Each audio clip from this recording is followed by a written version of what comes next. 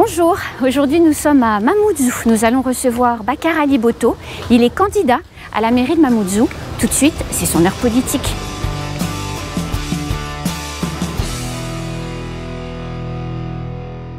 Bakar Ali Boto, bonjour. Bonjour. Je suis très heureuse de vous accueillir sur le plateau de l'heure politique. Mais on est avant tout chez vous, on est à Mgombani ici. Oui, c'est vrai qu'à Mamoudzou, partout je suis chez moi, mais à Mgombani encore plus, puisque c'est ici d'ailleurs que je fais le plus gros score à chaque fois. Et puis j'ai toujours été là, ma mère habite par ici, puis je ne suis pas très loin de Barakani, c'est vraiment chez moi à Mgombani. On le sait, vous êtes une personnalité politique importante à Mayotte. Qu'est-ce qui vous a amené et qui vous a conduit à faire de la politique et à vous engager? En fait, moi, j'ai commencé très tôt parce que quand j'étais dans le village ici, je fais partie des jeunes très timides. Mais j'ai eu la chance, quand j'étais en quatrième, d'avoir un enseignant qui, lui, m'aimait bien. Et que lui, il avait la possibilité de recevoir les journaux à l'époque, les magazines, Paris Match, Le Point, Le Monde, etc. Donc, après lecture, il me les donnait pour que je puisse lire. Et c'est là que j'ai appris. Et parmi ces journaux, c'était à l'époque la guerre israélo-palestinienne. Dans ces journaux, je voyais ce qui se passait. Et je voyais les dégâts, les morts, le sang, en fait tout, et puis les souffrances des Palestiniens en fait à l'époque. Donc c'est de là qu'est née cette conscience de ne pas laisser souffrir les gens.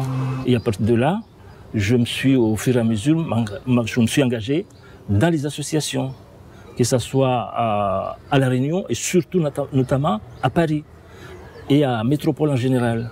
Parce qu'à l'époque, effectivement, à Métropole, les premiers Maoris envoyés là-bas et les suivants partaient à l'aventure. Il n'y avait aucune structure. Et notamment, j'ai été à Lyon, on a créé une association pour aider les Maoris, pas seulement les étudiants, mais les Maoris en général. Après, nous sommes partis à Paris pour poursuivre mes études naturellement d'économie.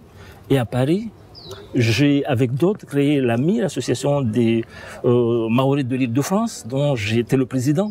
Et c'est comme ça que mon combat a continué dans le domaine associatif et par la suite, tout naturellement, vers la politique. Et votre premier mandat, c'était lequel et quand? Mon premier mandat est celui du conseiller départemental. À l'époque, c'était un conseiller général. D'accord, en fait, oui.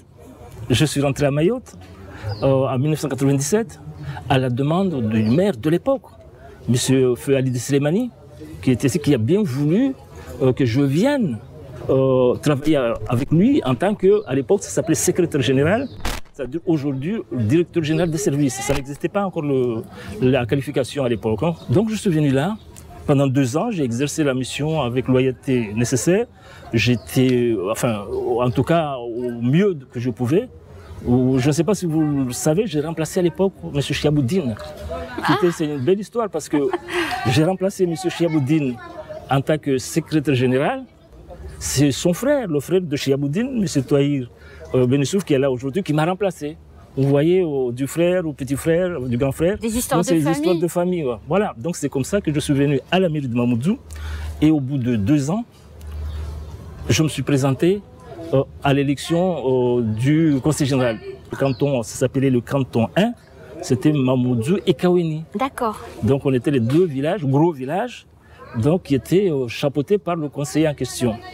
Et à l'époque, en 2000, c'était en 2001, j'avais plusieurs possibilités. Soit me présenter avec l'étiquette RPR, ça s'appelait à l'époque, Rassemblement pour la République, aujourd'hui LR, oui.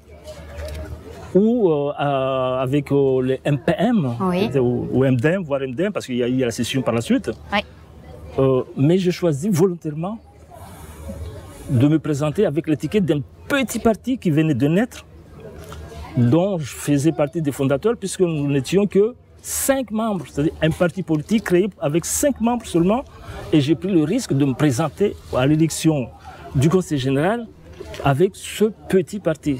C'était le mouvement des citoyens. Voilà. Et puis j'ai gagné, bien sûr. C'était le mouvement des citoyens de Jean-Pierre Chevènement. J'ai gagné parce qu'en fait, personnellement, ce qui m'intéressait, ce n'était pas de gagner, mais c'était de servir, c'est-à-dire de montrer qu'il y avait une autre voie que celle engagés par nos anciens, notamment par le MPM ou par le RPR. Parce que le MPM ou le RPR, c'était en opposition systématique, et que quand on était jeune, qu'on venait à Mayotte, pour bien s'installer et faire sa vie, il fallait mieux être du MPM. Sinon, on n'avait pas beaucoup de place. Mais moi, je dis non, je vais choisir un créneau qui, a priori, n'est pas très facile et n'avait pas beaucoup de promesses, pour surtout montrer aux jeunes de mon époque qu'il y avait possibilité de s'exprimer au-delà de ces deux créneaux. Et j'ai gagné. Et c'était à la surprise générale du village et de beaucoup de gens. Alors on parlait d'histoire de famille il y a quelques minutes. Alors il y en a une autre d'histoire de famille qui est importante. Aujourd'hui, vous êtes premier adjoint du maire de Mamoudzou, qui est candidat, puisque vous avez déclaré votre candidature. Et le maire est marié avec votre sœur, si je ne me trompe pas. Oui, c'est une bonne chose, oui. Mais alors, est-ce que c'est pas un petit peu trop difficile, là, en ce moment, les repas de famille, puisque vous êtes candidat contre lui? Comment vous avez pu expliquer ça à votre sœur? Comment ça se passe? Non, c'est pas compliqué parce que moi j'ai toujours expliqué. Je l'ai d'ailleurs expliqué au maire que en fait, en tant qu'homme politique, lui et moi, nous devons faire la séparation entre la vie privée de chacun, la vie familiale et la vie publique. Parce qu'en tant qu'acteur public, oui, nous avons des devoirs, des obligations qui vont au-delà de cette sphère. En tant que beau-frère, il n'y a pas de problème entre nous. Il n'y aura jamais de problème entre nous. C'est mon beau-frère, il le restera. J'espère qu'il le restera aussi longtemps. Quand on a préparé cette émission, vous m'avez expliqué que dans le cadre de votre mandat, vous avez beaucoup voyagé, beaucoup discuté, beaucoup échangé avec d'autres personnalités et d'autres responsables dans l'océan Indien et à travers le monde, et que votre vision des choses, justement, pour améliorer les conditions de vie des concitoyens de Mamoudzou, avait évolué. En fait, moi, j'ai commencé la coopération régionale depuis au département, à l'époque, et jusqu'à là. C'est vrai que le voyage, comme on dit, enrichit. Et le voyage permet, franchement, de pouvoir côtoyer un monde qu'on ne peut pas faire ici. On peut côtoyer d'autres mentalités. On peut aussi voir une autre façon de faire et constater des réalités qui souvent nous échappent. Donc c'est vrai que si on prend un exemple particulier, l'immigration par exemple, je fais partie des personnes ici à Mayotte qui étaient acharnées. Farouchement, je pense que tout le monde connaît ça, pour dire qu'on ne peut pas accepter, on ne peut pas continuer à recevoir autant de personnes venant d'ailleurs, des autres îles, sachant que localement, la logistique n'est pas là. Mais pour résumer les choses, et j'ai toujours demandé avec d'autres à l'État de faire le nécessaire, puisque c'est une compétence régalienne, pour que l'État assume ses responsabilités et freine cet afflux massif de personnes en situation irrégulière. Malheureusement, on n'a pas été écouté. C'est le constat aujourd'hui. Et mes déplacements, mes rencontres avec d'autres, notamment j'étais au Liban, j'étais en Israël, je viens de le dire, j'ai été dans d'autres pays, m'ont permis de voir qu'on peut vivre autrement que continuer à appliquer ou à demander le même remède, la même solution, alors que cette solution, au fur et à mesure du temps, n'est plus valable. Vous savez, moi, je suis un idéaliste pragmatique. Idéaliste parce que je crois aux idées, pragmatique parce que la réalité pour moi compte énormément.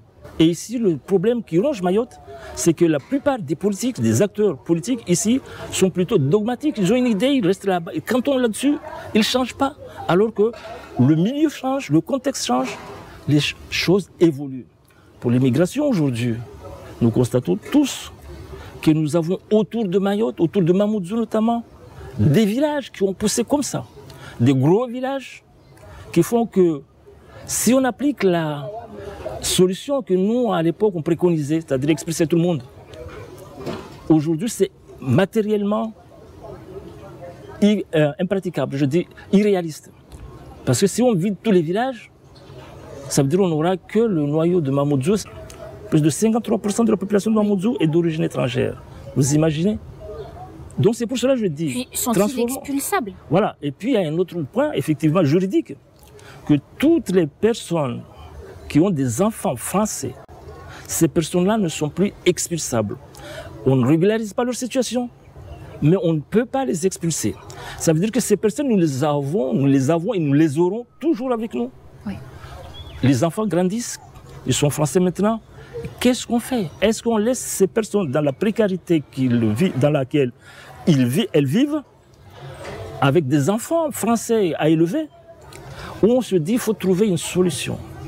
Moi, personnellement, je suis du côté de la recherche d'une solution adaptée. Je dis personnellement, dans la mesure où on ne peut pas les expulser, dans la mesure où on ne peut pas vider tous les villages, parce que l'État, de toute façon, nous a montré qu'il n'était pas prêt à le faire, donc je suis pour la régularisation de toutes les personnes dont les enfants sont nés à Mayotte et sont devenus français, pour qu'au moins nous puissions avoir une situation assez saine pour repartir dans de bonnes bases. Parce que ces personnes travaillent quelque part, ces personnes ont des revenus quelque part, sinon ils ne vivraient pas. Et alors, malheureusement, que ces revenus ne sont pas comptabilisables. Bien sûr. Dans la comptabilité publique et par conséquent ne sont pas taxables. Donc c'est un manque à gagner considérable de la part de nos collectivités et en tout cas de notre commune Mamoudzou. Et de l'autre côté, toutes ces personnes en situation régulière ou pas, français ou pas, bénéficient de des résultats des politiques publiques appliquées à Mayotte. Elles consomment du service public, que ce soit l'école, que ce soit l'hôpital, que ce soit la circulation, que ce soit les routes.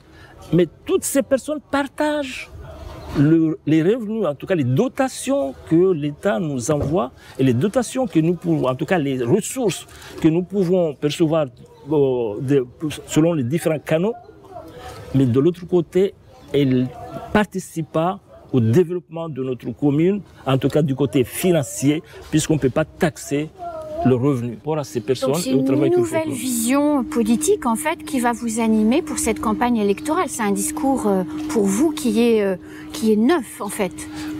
Je n'ai pas changé le fond de mes pensées parce que le fond de mes pensées c'est quoi? C'est le bien-être et l'épanouissement de la population de ma commune. C'est ça l'objectif. Puisque la menace jusqu'à présent était pour nous l'immigration, en opportunité. Puisque vous le savez forcément que aussi dans une commune, dans une collectivité, dans un État, le fait d'avoir du monde qui soit actif et en mesure de travailler, d'apporter ou contribuer au développement, ça peut être aussi une opportunité. Par contre, l'État doit assumer ses responsabilités toujours. Le fait d'arrêter les arrivées massives, ça, on doit continuer à lutter par rapport à ça. Et nous devons traiter intérieurement cette population, comme je viens de le dire, c'est-à-dire régulariser ceux qui peuvent l'être. Et par contre, tous ceux qui ne peuvent pas être régularisés, c'est tout à fait normal que la loi s'applique pour les reconduire aux frontières comme ça doit être le cas. Donc voilà, en gros, ne gâchons pas notre vie, ne gâchons pas la vie, l'avenir de nos enfants, en restant dans une situation dogmatique qui ne change pas, comme un médecin qui a un malade, qui lui administre toujours le même médicament, y compris au moment où ce malade, ce patient, est en situation d'agonie. Mais quand même, je pense qu'il faut être capable de se remettre en cause, être capable d'ajuster sa vision des choses par rapport aux éléments que la réalité vous présente. Alors, est-ce que Bakar Ali Boto sera le prochain maire de Mamoudzou? Réponse le 22 mars. Et donc votre nouvelle méthode, c'est une manière de lutter contre l'économie informelle qui ronge Mayotte. Voilà, c'est ça, il faut lutter contre l'économie informelle.